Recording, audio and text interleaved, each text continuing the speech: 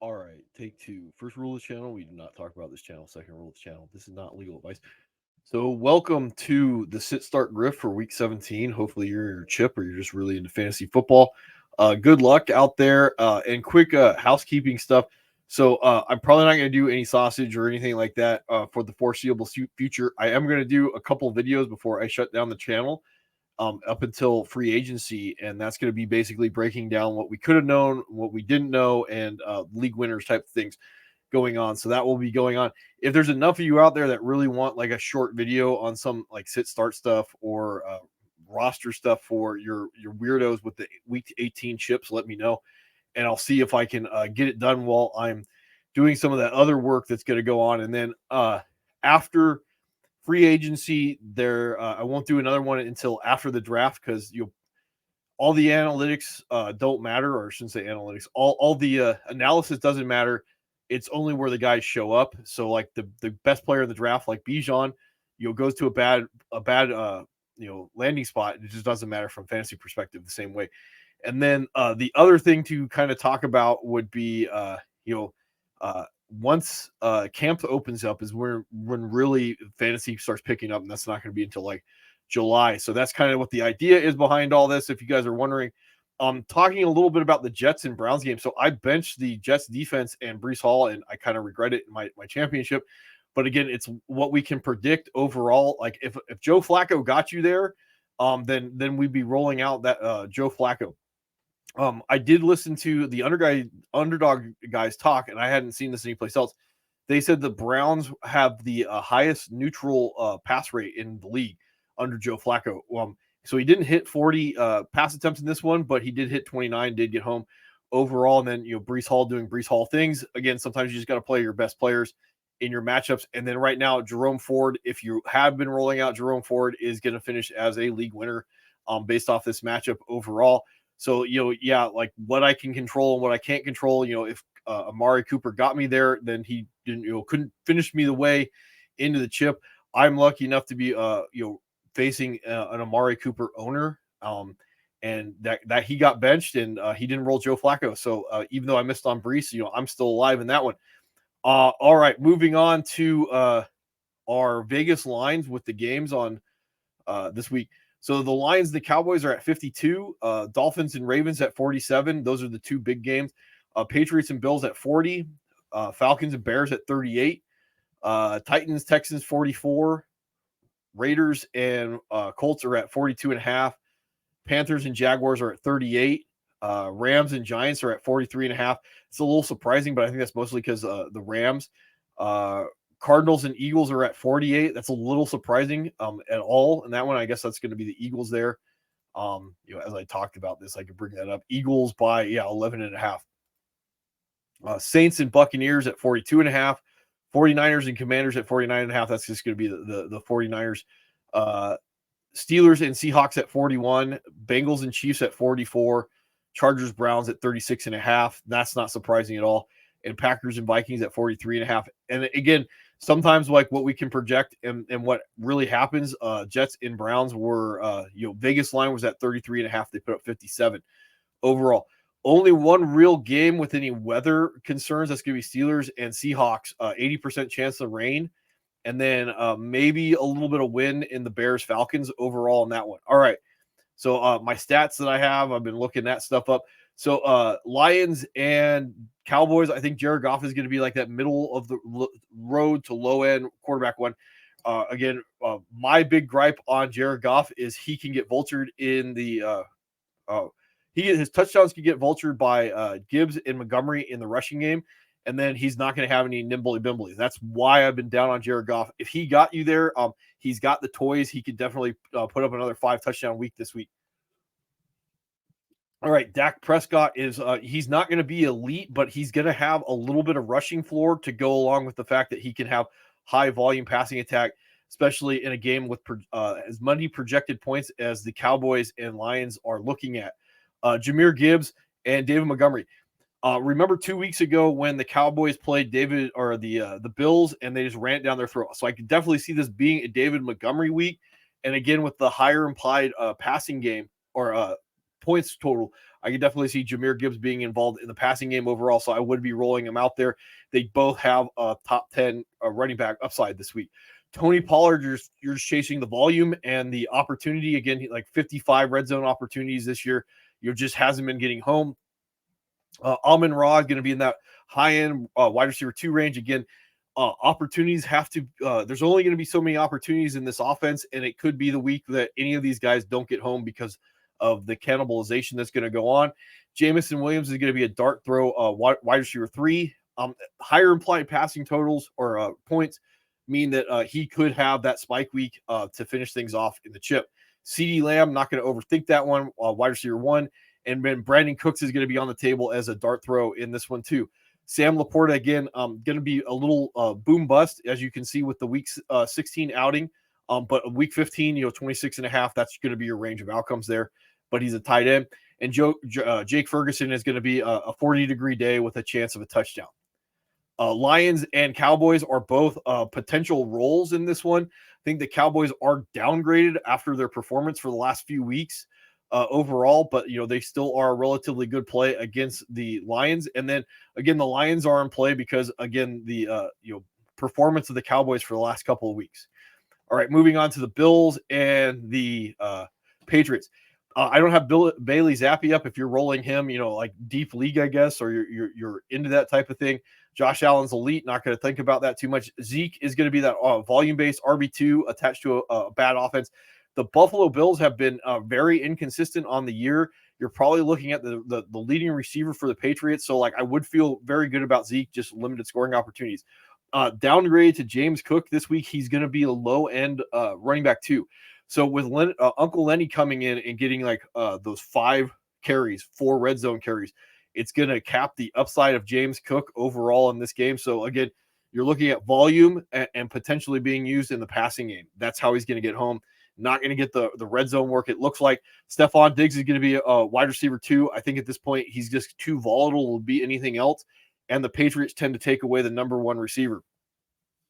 Those vacated targets right now, they tend to go to running backs. So that would upgrade James Cook if that's the way that they want to go. But right now, I could definitely see Gabe Davis being slightly better than a dart throw in this matchup overall. And it would upgrade Dalton Kincaid. If the Bills decide that they want to win that way against the Patriots, I could definitely see Dalton Kincaid getting home this week as a deeper streamer at tight end. And Hunter Henry is going to project to be the number 1 not running back in this offense if he's able to go. Bills defense, they've been inconsistent, but it's a good matchup. And the same thing, Patriots playing a turnover machine, that's going to be a good role. All right, Bears and Falcons. Justin Fields, a 40-degree day with a chance of the quarterback 1 overall. Bijan going to be an RB2 with a cap ceiling because of Tyler Algier and Cordero Patterson.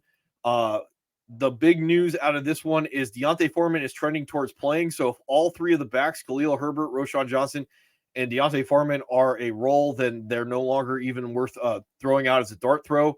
DJ Moore is trending towards playing. So again, you're looking at somewhere in line, probably like a high-end wide receiver 2 this week because of the slow pace of play of Atlanta. Drake May is going to be on the table as a dart throw and no better. I don't even know how to predict how bad they're going to use him on a week-to-week basis. I might actually have to roll my Jake London shares out in my chip if Puka doesn't go. So there you go. Cole Kmet is trending towards not playing. Again, vacated targets. That would potentially upgrade a running back if it's like Roschon. If one of the 3 is inactive, it would upgrade a running back if Cole Kmet isn't in the game. And I wouldn't be chasing Robert Tonyan if Cole Kmet doesn't go. Kyle Pitts is going to be a dart throw at tight end with massive upside. So if he is my guy, I would be rolling him out there in this one. Bears defense is going to be an okay role against the Falcons offense. Again, they're going to play slow. They're going to play ugly. It's going to limit your ability to get turnovers and sacks in this one. And then the Falcons are probably a slightly better play against Justin Fields. Justin Fields does tend to be a little bit of a sack machine and a turnover machine. So the Falcons would be a slightly better role. All right. Only reason why I'm going to talk about Aiden O'Connell in this one is because he's going to be relatively unpredictable for what he needs to do. He was 9 of 21 for 62 yards against the Chiefs, but they didn't need him to do anything else. So again, it's going to really come down to how much pressure the Colts can put on the Raiders and how much Aiden O'Connell has to do anything other than be a game manager. That's going to affect your Devontae Adams shares. I definitely would put him in the boom bust wide receiver 2 category, and I would not be chasing your Jacoby Myers. So Gardner Minshew in this one, I would downgrade to probably like a low-end streamer. We're going to talk about the Raiders defense here in a second. Josh Jacobs is trending towards not playing, doubtful right now. Zamir White would be upgraded to that volume-based running back 2. Jonathan Taylor right now is going to be, again, that volume-based running back 2 in this game. Zach Moss is right now ruled out, so I don't think there's anybody cutting into Jonathan Taylor's shares. Michael Pittman is going to be active. He's going to be like a low-end wide receiver 1. Well, again, volume. Josh Downs and Alec Pierce are going to be dart throws. And again, that's slightly going to be dependent on how the game flow is going to go. And there's no way to really know that. So like I would probably downgrade your Alec Pierce and Josh Downs shares. If the Colts could just grind the game and the Raiders are playing from behind, it's not going to really help Josh Downs and Alec Pierce get home, other than getting lucky on George Pickens type deep play. Raiders defense is a high value play this week, I think, with the upside. So Gardner Minshew is kind of a turnover machine, sack magnet. You see 6 sacks last week against Atlanta, and he can turn the football over a little bit. 5 fumbles lost, and then 9 interceptions. So again, rolling them out, and they have been better since the coaching change. So that would be something I'd be interested in. And their Colts defense is going to be a relatively okay role against Aiden O'Connell.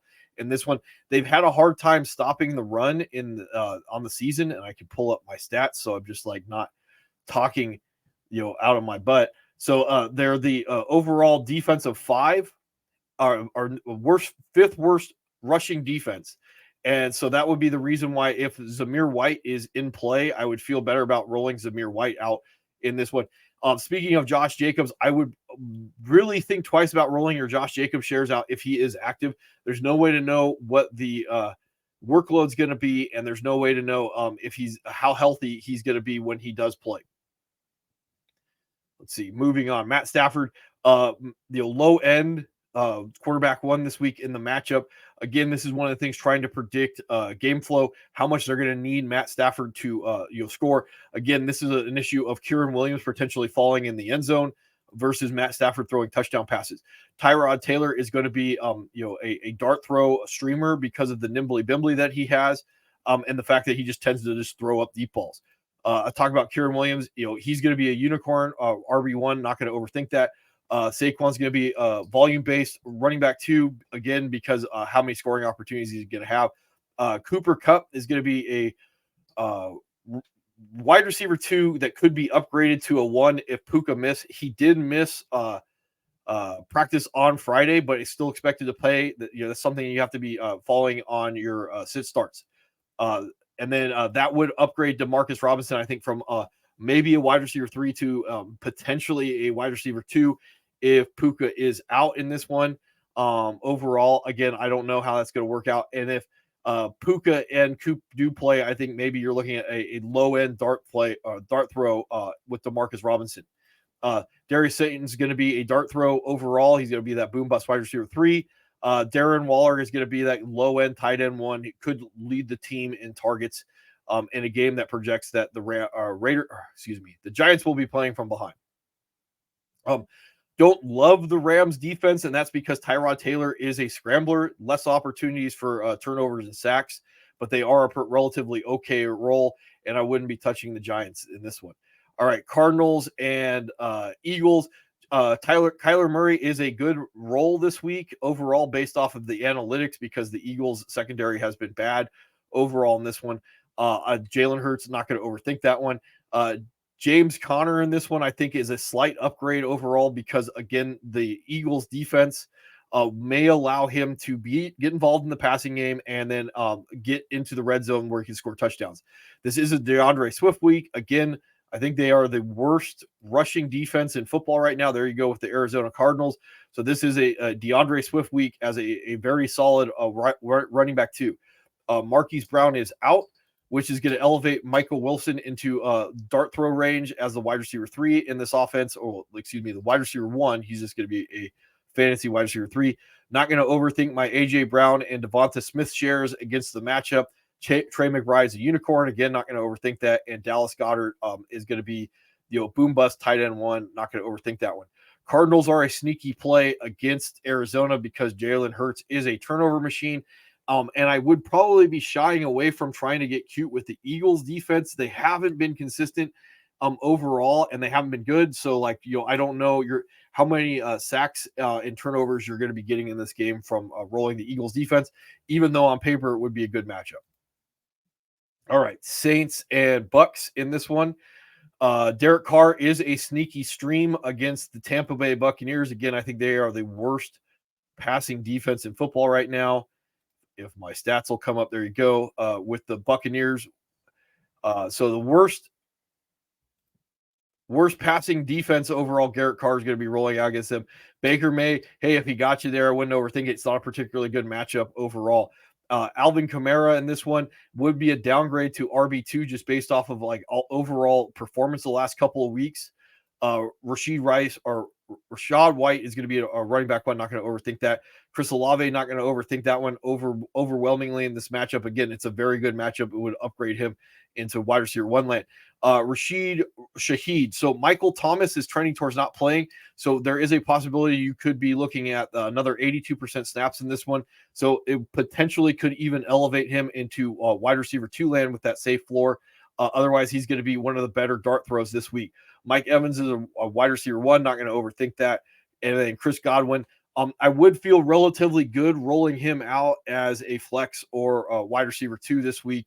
A little bit of volatility, but with chasing what would project to be about 10 targets is probably not a bad thing at this point. And then again, based off the matchup, Jawan Johnson would be on the table this week as a streaming tight end. Saints defense would be an okay role against the Buccaneers. I think the limited upside in this one, but they are a good defense overall. And the Buccaneers defense, I probably wouldn't be rolling out this week. 49ers and Redskins, Brock Purdy is an absolute play this week against the now the second worst pass defense. So I would be rolling my Brock Purdy shares out there trying to get that bounce back week. So this is a little interesting. Jacoby Brissett missed practice because of a hamstring. Could put Sam Howell back on the table overall. Not going to be rolling him out from a fantasy perspective, but it would change whether or not I would feel good about rolling. The only Redskin toy or receiving toy that I would be rolling out would be Terry McLaurin. If Sam Howell rolls, I probably wouldn't be rolling him out. If it's Brissett, I would feel okay with McLaurin as a wide receiver 3. Unicorn with C-Mac, not going to overthink that. Brian Robinson, if he is healthy, he is looking to play. No Chris Rodriguez, IR'd. So would put Brian Robinson on the table as a mid-range running back 2. Debo Samuels, Brandon Ayuk, not going to overthink that. Debo may have the slightly higher ceiling overall in this game because of the scoring opportunities. And then Ayuk is just good. So, not going to overthink that. Kittle also not going to overthink. And then the 49ers are a smash against the Redskins. All right. Bryce Young is going to be a high-end streamer, if not a quarterback 1 overall this week versus the matchup.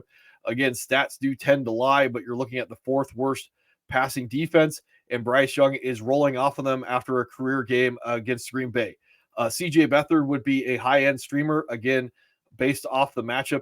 Overall, the Panthers tend not to be very statistically, they are good against the pass.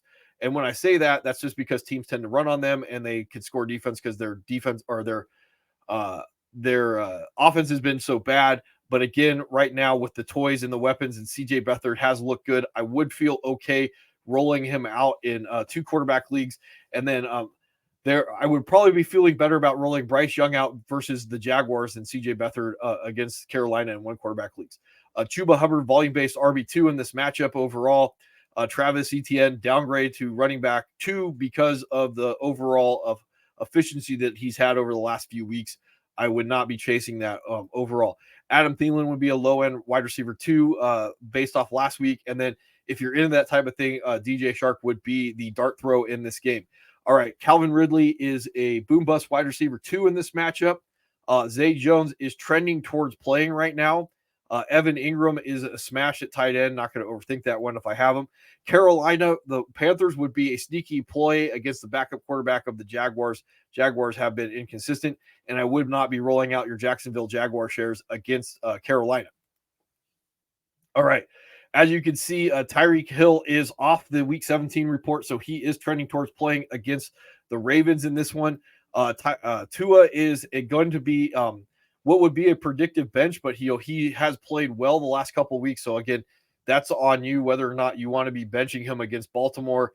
I would tend to be leaning in that direction, but it would depend on who your alternative is at quarterback. All right, Lamar Jackson, not going to overthink that one. Mostert is trending towards playing right now, should be good to go, as you can see with the report. Probably going to be in that running back 2 type range. Devin A-Chain is also trending towards playing, good to go. Again, whatever that means. Also going to be in that running back 2 type range. Gus Bus is going to be in that running back 2 type range. Boom Bust. He should get the red zone work. All they got to do is get there. And Justice Hill is going to be a low end running back 2 based off of opportunity, expecting to get about 62% of snaps again. Jalen Waddle was ruled out last time I checked anything. Those vacated targets would tend to go to running backs. That would upgrade Devin A-Chain. Otherwise, if you're looking for that dart throw in the Dolphins offense, right now you're looking at Cedric Wilson, Zay Flowers. This is going to be a little unpredictable. I would put him as a wide receiver 3, but again, like your range of outcomes for Zay Flowers is going to be boom bust overall. So we would just be splitting hairs whether or not he is a boom bust wide receiver 2 or boom bust wide receiver 3 at this point. I would tend to be rolling him out in this matchup, and knowing that's what I'm going to get. So again, flex desperation 2 would be where I'm thinking of him being at. Isaiah Likely, one of the few guys that could be the number 1 option in their offense. Not going to overthink it. Dolphins are on the table because of how well they played. I would pivot towards a better matchup overall. Ravens are probably a better matchup overall against the Dolphins based off of their track record, how they fared. San Francisco again last week. And again, like we talked about, Tyreek Hill is off the injury report. Houston and the Titans. Will Levis looks like he's going to play in this one. Wouldn't be rolling him out. It does upgrade Hopkins and potentially Chick. CJ Stroud is in line to play, which would potentially upgrade again the toys for the Texans. A better script for the pass catchers. All right, Derek Henry would be a volume-based RB2 in this matchup. Again, if he got me there, I'm not going to overthink it. Devin Singletary with CJ Stroud back, the script would look better for him to be either used in the passing game or the running game. So I would be rolling out my Devin Singletary shares. DeAndre Hopkins again back on the table with with Will Levis. Again, the volume should be there. Nico Collins would probably be boom bust wide receiver 2. He is in line to play, and Noah Brown right now is going to be in line to play. Also, I would probably downgrade him to wide receiver 3 status in that boom bust range. I would be rolling both these guys out with CJ Stroud available if I could do that. Chig is going to be on the table as that streamer. The one guy that I would overwhelmingly trust in the Houston offense would be Dalton Schultz. And again, that's because he plays tight end. The Titans are off the table because Stroud is playing, and the Texans are on the table because, Will Levis. Kenny Pickett, it looks like he's going to be active. He's just going to defer to Mason Rudolph. I wouldn't be rolling either one of these guys out. Geno Smith also wouldn't be rolling him out. He's going to be a little unpredictable in this one. Last I saw on Najee, he is upgrades to limited activity yesterday. So today I haven't heard anything on him. Again, watching this would potentially put Jaylen Warren in line for a running back 1 workload if he is out. Kenneth Walker did miss today. I do think I saw last time that he's going to be a game time decision. That would potentially upgrade Zach Charbonnet if you're into that type of thing. I would be chasing George Pickens' work in week 16 again as that boom bust wide receiver 3. Deontay Johnson might be a little safer overall. DK is dealing with a back injury. Last time I heard anything, is in line to play. I think last time I saw expected to play coming off of Twitter. Tyler Lockett's going to be in that boom bust range again. Very unpredictable overall. Remember, the matchup with the Steelers could turn into an uglier script lower passing volume. Only guy I would really trust out of the pass catchers would be Jackson Smith, the Jigma. High floor, low ceiling. Pittsburgh's defense will have some appeal. Again, Geno Smith can be a turnover machine, and the Seahawks defense would have some appeal, even though they've been inconsistent against Mason Rudolph. All right, Easton Stick. I wouldn't be trusting this in this matchup. This game in general, I would probably be staying away from if I could get away with it. Russell Wilson, again, he's going to be benched because of contract stuff. Don't care. It's not fantasy. You're looking at Jarrett Stidham. No idea on this one. Again, limited opportunities. You see, again, with the Raiders in 2022, he was okay. And then when he was with the Patriots, not particularly good. So Austin Eckler is going to get an upgrade because of vacated targets. Again, Keenan Allen's going to be out. Josh Palmer's going to be out. Could be an Austin Eckler week if you're casing that volume. In this case, Javonte Adams is going to be downgraded because, again, unpredictability is not something I like in my fantasy. Probably still going to be in that volume-based RB2 type of range. Just no idea how many scoring opportunities he's going to get. Quentin Johnson is going to get a massive upgrade. Might even say that he's a low-end wide receiver 2 because of vacated targets. The other guy who's going to be upgraded is Gerald Everett. So those targets are going to have to go someplace. We're going to expect a lot of those targets to go to Austin Eckler. I could definitely see Quentin Johnson getting force-fed, and the only other receiver there is Gerald Everett. From a Broncos situation, Courtland Sutton is ruled out. Last time I think I saw anything on this one, it will be out. I think Jerry Jeudy is trending towards being out in this one. Jerry Jeudy, Marvin Mims, Courtland Sutton did not practice on Friday. So again, if you're chasing any of that stuff, I would just tend to stay away from the games. It would trend in the direction of the Chargers being a good role against the Broncos. But again, this is looking at an uglier script game, and the Broncos being a good role against the Chargers. Again, I don't like unpredictability, but they would trend to being both good defensive plays. All right, Bengals versus Chiefs. Jake Browning would be like a low-end streamer, a low-end starter, high-end streamer. In this one, Patrick Mahomes is going to be very inconsistent, but the matchup would dictate it. This would be a good week to be rolling out your Patrick Mahomes shares.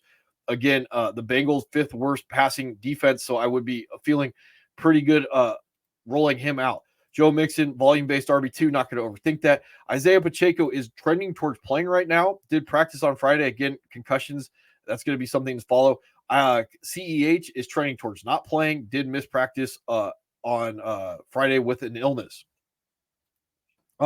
With all of this, there is a possibility that Deneric Prince is a boom-bust running back 2 / flex play if Clyde and Isaiah Pacheco miss.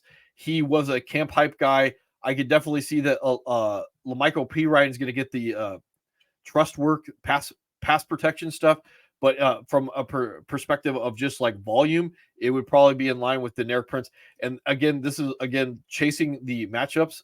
The Bengals defense has been pretty bad this year, and the rushing defense overall is the 7th worst rush defense. So again, depending on how bad up I am, or if I have a block, it would be following to see if Isaiah Pacheco and CEH are out, and then Deneric Prince would be next in line on that one. Jamar Chase is trending towards not playing again. From last thing that I saw, T. Higgins potentially would be upgraded or downgraded based off of whether or not Jamar Chase is able to go, and that's something you have to be monitoring on Sunday. Tyler Boyd is going to be the safe play, wide receiver 3, regardless. And then the boom bust guy, if Jamar Chase is out, is going to be Andre Iosivas, that we've been tracking 76% or 72% snaps with Jamar Chase out. Rashee Rice, again, is going to be upgraded because of the matchup. The Bengals are the 5th worst passing defense in football. So yeah, right there, 5th worst. So that would upgrade Rashee Rice and Travis Kelce. Not going to overthink either one of those two guys. Bengals are going to have a little bit of sneaky play against how inconsistent Kansas City has been overall, even though the Bengals defense is pretty bad.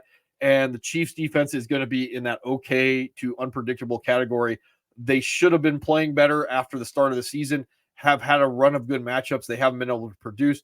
But again, if you're just chasing analytics. All right, the last game of the season we're looking at is the Packers and the Vikings.